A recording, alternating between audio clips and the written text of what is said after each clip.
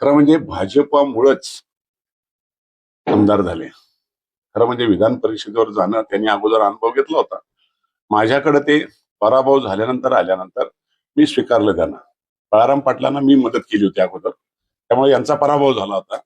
मी यांना मदत केली, यांना नुसती मदत केली नाही तर तिकीट द्यायला सगळ्यात आग्रही मी स्वतः राहिलो. आणि असं नाही, मी मुख्यमंत्र्यांना सांगितलं होतं, जर तुम्ही यांना तिकीट दिलं नाही तर मी बळाराम पाटलांचंच काम करेन आणि मी बळाराम पाटलांना पुन्हा निवडून आणेन. त्यावेळेला तिकीट मिळालं. नुसतं तिकीट दिलं नाही, आमच्या सगळ्या भाजपच्या कार्यकर्त्यांनी खूप मेहनत केली. साम दाम दंड सगळेच वापरले.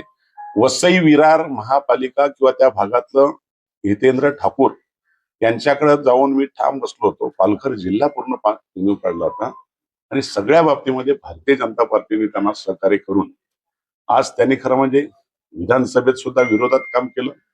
आता तर ठामपणे त्यांचे फोन जायचे कोणाला, पोस्टलच्या मतांच्या मध्ये काही त्यांचे हितचिंतक जे कर्मचारी होते त्यांना डायरेक्ट गेल्यामुळे आमच्या पोस्टलच्या मतामध्ये रुचिता घोरपडे किंवा आमच्या नगरसेवकांना त्याचा खटका बसलेला आहे. आणि त्यामुळे हे 30-32 जे आलेत ना, ते कदाचित त्यात पण आले असतील. बरं, मग या संदर्भात या बाबतीत वरिष्ठांची सगळी कल्पना आहे. वरिष्ठ स्वतः मुख्यमंत्री आले असताना दोन्ही ठिकाणी अंबरनाथ नाही आणि बदलापूर दोन्ही सभेला हजर नाही.